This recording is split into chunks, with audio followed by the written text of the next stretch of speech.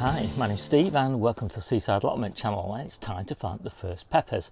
We've got a few different batches, so a few of them are going to go into low tunnels outside.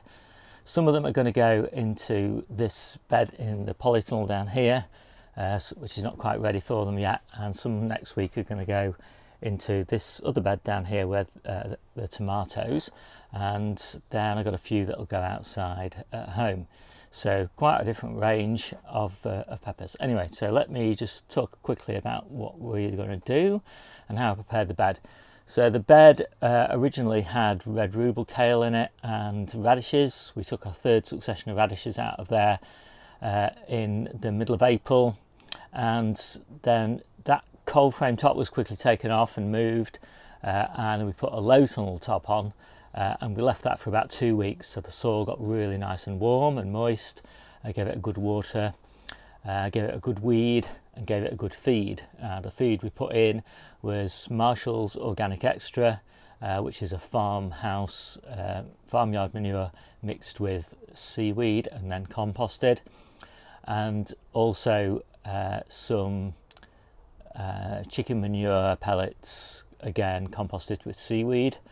And so not too much of either of those, because we will provide actually a liquid feed later on in the season, but just a nice baseline, a very varied range of nutrients.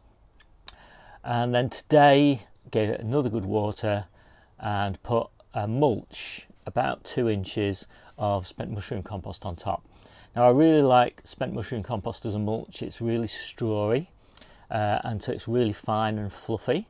And so it works really well as a weed suppressant, but it also works really well as a water to reduce evaporation and to kind of insulate the soil so it doesn't get too hot.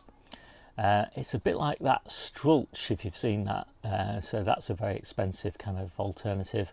The nice thing about the spent mushroom compost though is it really rots down over the season, so by the time we get to autumn and we plant the autumn crops in there, it's a really nice compost layer, because you don't need the water retention obviously once you get into autumn.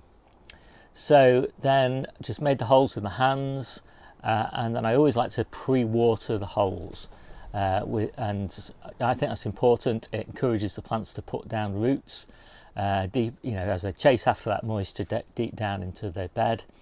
And then I just got on and planted them. So what do we have? We had California Wonder, which is a traditional bell pepper, and that's always quite nice, very reliable.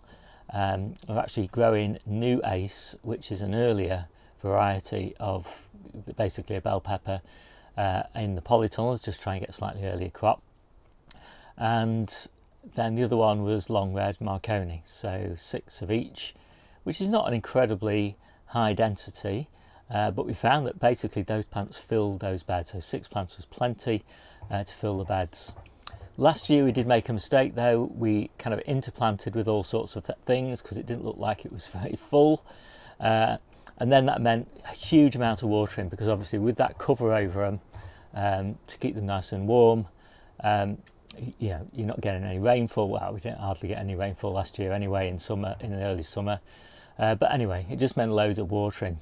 And so this time I'm just putting the peppers in, which means I only need to water the planting holes, so a lot less watering.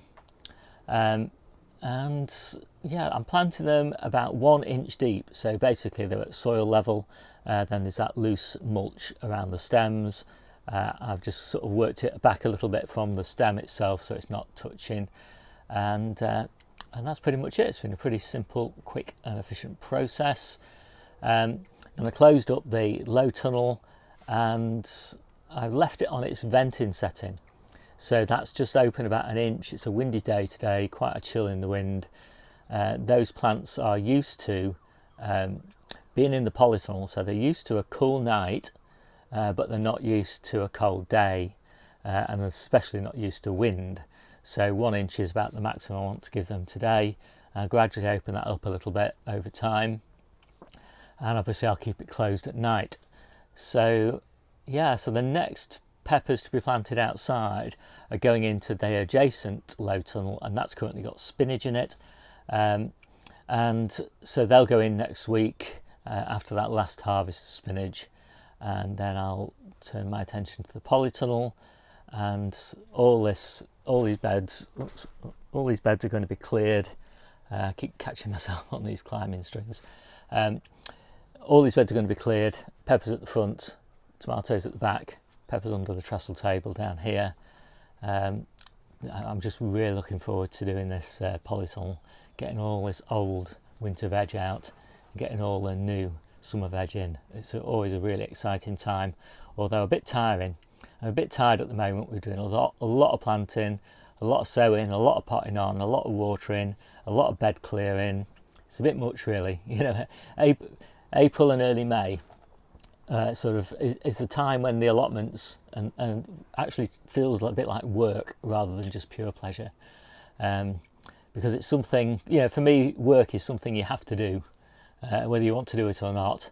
And clearing beds and chopping up old brassica stalks, and composting and turning compost bins, you know, and lugging compost around and endless watering and all that, it just feels a bit like work. But from about May the 10th, May the 15th actually, I think this year, it'll all be done. Everything will be replanted, ready for summer, and I can sit back and relax. So with that, my name's Steve, this is the Seaside Allotment channel, and I'll see you soon.